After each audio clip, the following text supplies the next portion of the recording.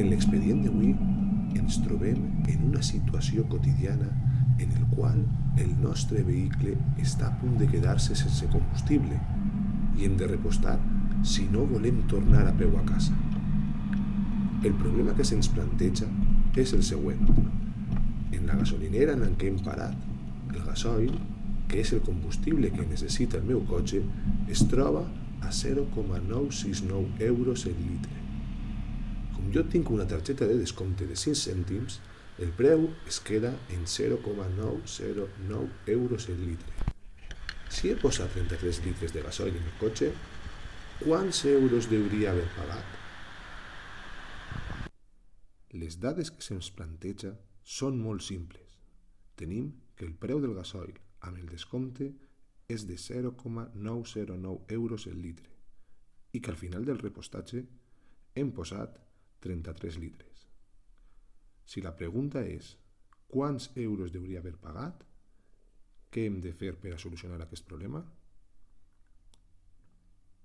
Per a solucionar aquest problema hem de realitzar una senzilla operació, multiplicant els litres que hem posat per el preu del litre.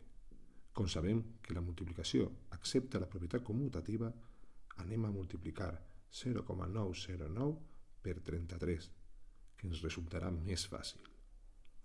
Així, 3 per 9, 27, portem 2, 3 per 0, 0 i 2, 2, 3 per 9, 27, portem 2, 3 per 0, 0 i 2, 2. De la mateixa manera, 3 per 9, 27, portem 2, 3 per 0, 0 i 2, 2, 3 per 9, 27, i 2 que portem, 3 per 0, 0 i 2. Realitzant la suma, ens queda 29997.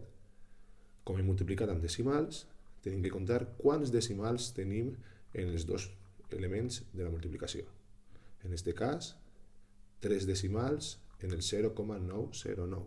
Per tant, 3 decimals tindrem en el resultat final, que ens donarà 29,997.